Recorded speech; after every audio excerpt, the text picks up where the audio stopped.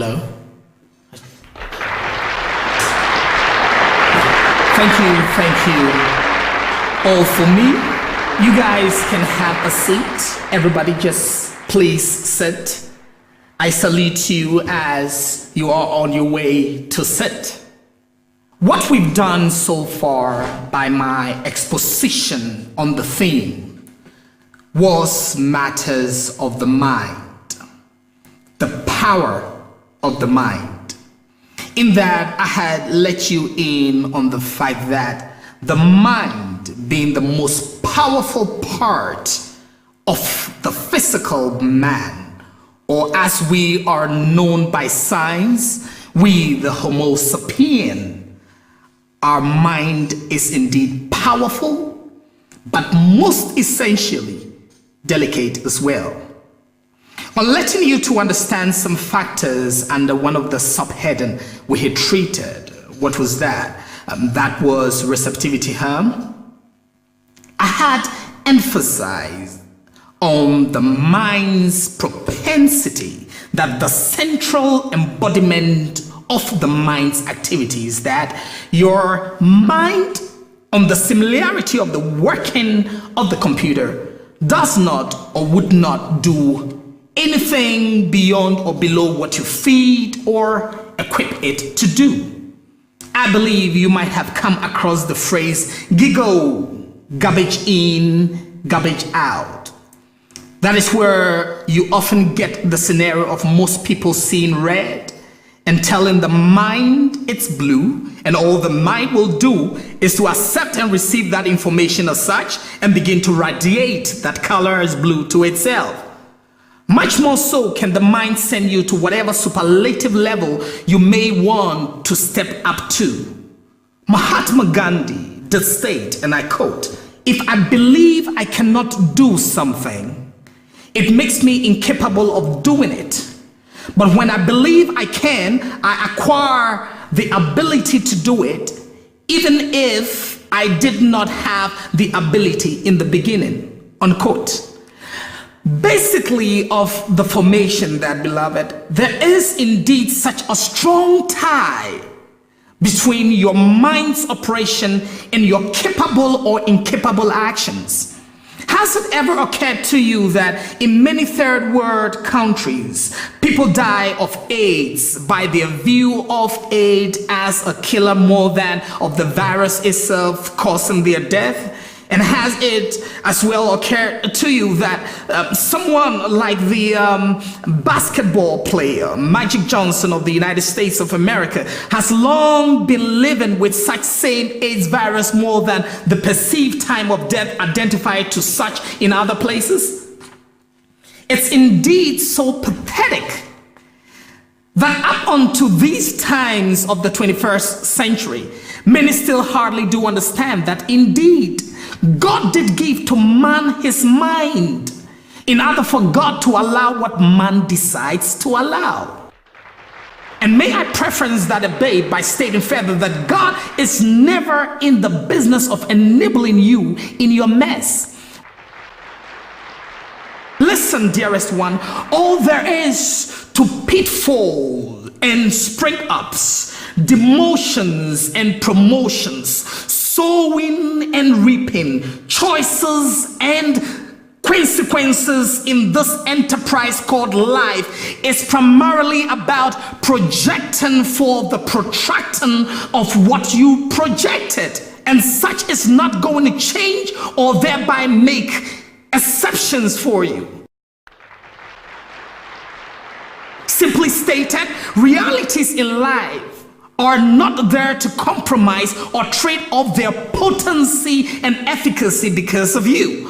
What fundamentally one of these realities is that in life, until you can learn to live for something, you can't amount to anything.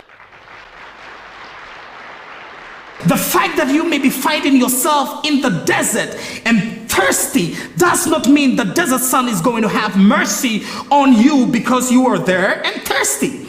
Such should indeed have to require a miracle. But even at that, let me let you in on this truth of life this day, that God is not in the business of working for you by miracles what he should by your obvious obedience. It is for such a reason that I am here today on the need for you to build a vision for yourself. In that, of a surety, it's by your vision that God makes to happen what you envision should. Never you confuse how you could get life to treat you to the way life is treating you. There is no limit to your greatness in life on any level, except by that which is self-imposed. In life, the extent you will extend in any area will always be determined by your vision or the lack of it for such. Do you know that successful people are busy people, but it's indeed not all busy people who are successful? The difference there is whose busyness is prompted by decisions of the right intake. Nothing gives encouragement than the certainty of you knowing where you are going and how you are going to get there. Because no matter how right you try to drive and thrive, if you are on the wrong or out of direction, frustrations is what you will invariably be with. Simply stated, no one arrives at any worthwhile destination without a determined cause.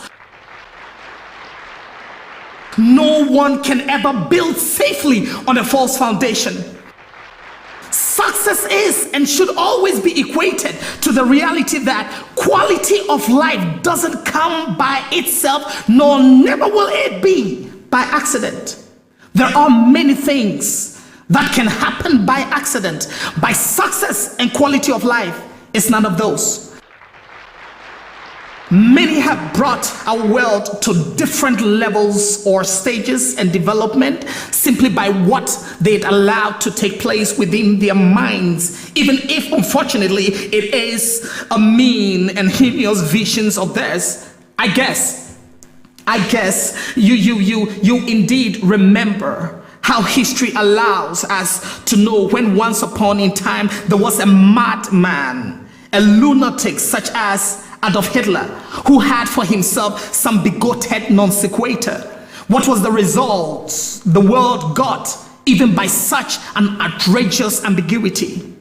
The point is this, that principles thereof in life will work for even a madman when he so appropriate them by his detrimental mind. The fact that someone is mad does not mean if he goes and sits behind the wheels of a car and does what he should for the car to move, the car wouldn't. We have already treated all such in previous session on the topic of the reality of vision. That was when I was elaborating on the efficacy of vision. I had even let you on that, even the great reality faith that has never in its existence failed in bringing about tremendous performance, cannot and would not bring about anything without a given vision. In that faith without an intended manifestation will be doomed. That was when we had diagnosed faith by its definition in the Greek and Hebrew. But beloved, lest I digress, building a vision for yourself as a topic that we are treating here today, I believe is the best gift we can get today. And that right visions of today, I believe again, is the best legacy we can leave for those who are to be after us. Life does not operate or bring about goodness unintentionally, randomly, or merely by chance, as many fallacies would want us believing. For such reason will people always perish for lack of vision. Lack of vision is simply a lack of a life-living qualitative quest.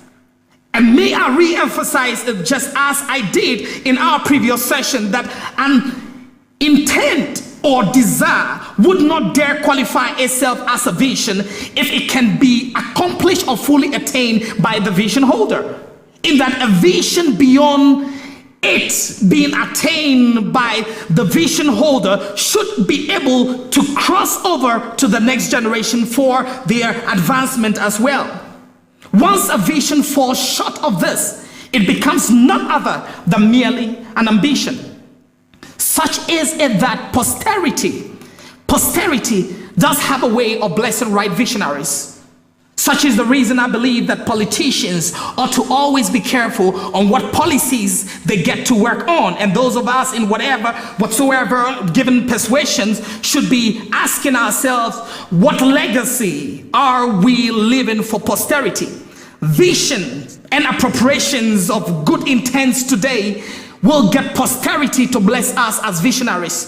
Posterity will always bless visionaries because a killed vision is inevitably a killed future. Let's not dare kill the future our children are to come live in. We get to learn lots of lessons out of circumstances, beloved. Those lessons are known as experiences. But have this right in here in your spirit, man, that experiences cannot cancel and abolish potential once a vision or some qualitative quest gets to be allowed in there. Therefore, I might have been born in the slum and possibly grew up in a dysfunctional family, but good goodness, by a qualitative quest, the slump and dysfunctional tenants would not be part of my new living. Oh, come on, you ought to have a vision. I mean a vision and a vision and a vision for your life. But then, please, let me bring in a point here that I hope treating and expatiating on under our next topic, how to nurture and develop your vision into fruition. I hope I will handle that in our next session. Some of you are so indistinct about things you want. And as such, your primary role for frustrations in your life, you ought to get this so clear now that building a vision for yourself does not mean the going about visioning and visioning everything you think should be envisioned.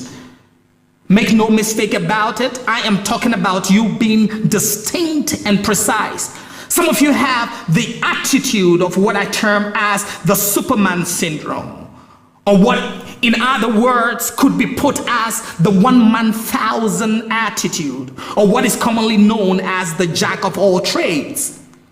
Some of you go ahead and place equal value on everything, becoming the best sports person that ever can be, a renowned conference speaker, a ground financial stockbroker, and also, God have mercy, the best cobbler in the shoe industry, all at the same time. You are Mr. One Person, a single individual.